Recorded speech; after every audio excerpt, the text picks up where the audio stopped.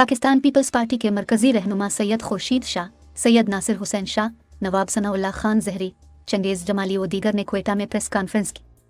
खुर्शीद शाह ने कहा कि ये यौम तासीस बलोचिस्तान का नहीं, पाकिस्तान की 24 करोड़ अवाम का है।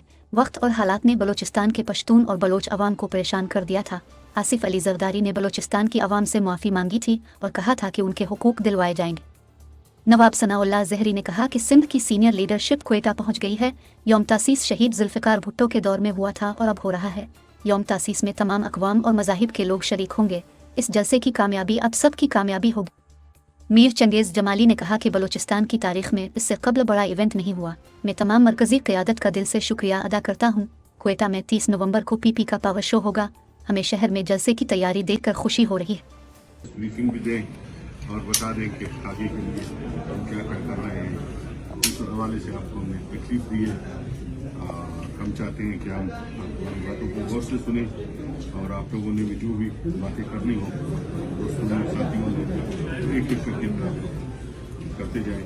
जैसे पहले मैंने आपको कहा था कि ये इवेंट बलूचिस्तान में एक दफ़ा पहले शायद शहीद जुल्फ़िकार अली भुट्टो साहब के ज़माने में यहाँ मनाई गई थी। यौम तासीस खुजदार में थी और उसके बाद अभी हम जो है क्वेटा में उसको मना रहे हैं।